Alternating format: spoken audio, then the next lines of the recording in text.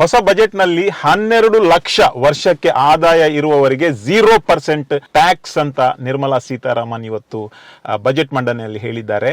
ಇದರಲ್ಲಿ ಒಂದು small trick ಇದೆ. ಇದರ ಅರ್ಥ ಏನೆಂದ್ರೆ, ಒಂದು ವೇಳೆ ನೀವು ಟ್ಯಾಕ್ಸ್ ಕಟ್ಟುವವರಿದ್ರೆ ಒಂದು ತಿಂಗಳಿಗೆ 1 ಲಕ್ಷ ಸಂಬಳ ಅಥವಾ ವರ್ಷಕ್ಕೆ 12 ಲಕ್ಷ ಆದಾಯ ಇದ್ದಲ್ಲಿ ನಿಮಗೆ ಖಂಡಿತವಾಗಿ 0% ಟ್ಯಾಕ್ಸ್. ಆದರೆ 12 ಲಕ್ಷಕ್ಕಿಂತಲೂ 1 ರೂಪಾಯಿ ಕೂಡ ನಿಮ್ಮ ಆದಾಯ ಹೆಚ್ಚಾದ್ರೆ ನಿಮಗೆ 0% ಅಪ್ಲಿಕೇಬಲ್ ಅಲ್ಲ. ನಿಮಗೆ 4 ಲಕ್ಷದಿಂದಲೇ ನೀವು ಟ್ಯಾಕ್ಸ್ ಅನ್ನ ಕಟ್ಟಬೇಕಾಗ್ತದೆ. ಇದೇ ಇದರದ್ದು ಒಂದು ಟ್ರಿಕ್. ಬಹಳ ಜನರ ಮನಸ್ಸಲ್ಲಿದೆ 12 ಲಕ್ಷದವರೆಗೆ ಫ್ರೀ, ಮತ್ತೆ ತದನಂತರ 12ರ ನಂತರ ಸ್ಲ್ಯಾಬ್ ಇದೆ 15, 20, 25% ಅಂತ.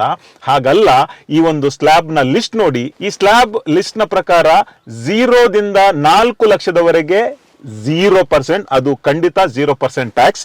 ಆದ್ರೆ 4 ರಿಂದ 8 ಲಕ್ಷದವರೆಗೆ ನೀವು 5% ಟ್ಯಾಕ್ಸ್ ಕಟ್ಟಬೇಕು. ಯಾರು ಈ ಟ್ಯಾಕ್ಸ್ ಕಟ್ಟಬೇಕು?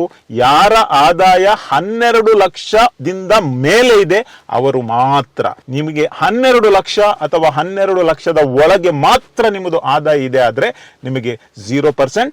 12 ಲಕ್ಷದ ಮೇಲೆ 1, 13 ಲಕ್ಷ, 14 ಲಕ್ಷ, 15 ಲಕ್ಷ ಇದ್ರೆ ನಿಮ್ಮ ಟ್ಯಾಕ್ಸ್ ಅಲ್ಲಿ ಸ್ಲ್ಯಾಬ್ ನ ಪ್ರಕಾರ ಬರ್ತದೆ. ಆ ಸ್ಲ್ಯಾಬ್ 4 ರಿಂದ 8 ಲಕ್ಷಕ್ಕೆ 5%, 8 ರಿಂದ 12 ಲಕ್ಷಕ್ಕೆ 10%. ಹಾಗೇನೆ ಈ ನಿಮ್ಮ ಸ್ಕ್ರೀನ್ ನಲ್ಲಿರುವ ಸ್ಲ್ಯಾಬ್ ಅನ್ನ ಕರೆಕ್ಟ್ ಆಗಿ ನೋಡಿ.